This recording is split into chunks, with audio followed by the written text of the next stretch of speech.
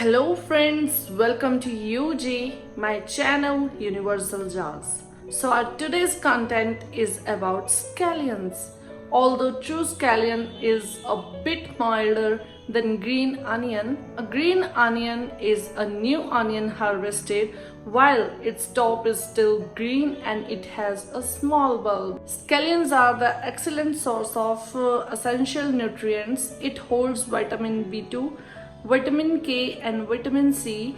So let's come to the point with how do you grow scallions at home and how many times do you regrow your scallions and how do you cook the main point. How do you cook scallions? So I cover these all in only one video and just check it guys. It will be a great fun from growth to eat. So let's check it. Stay tuned.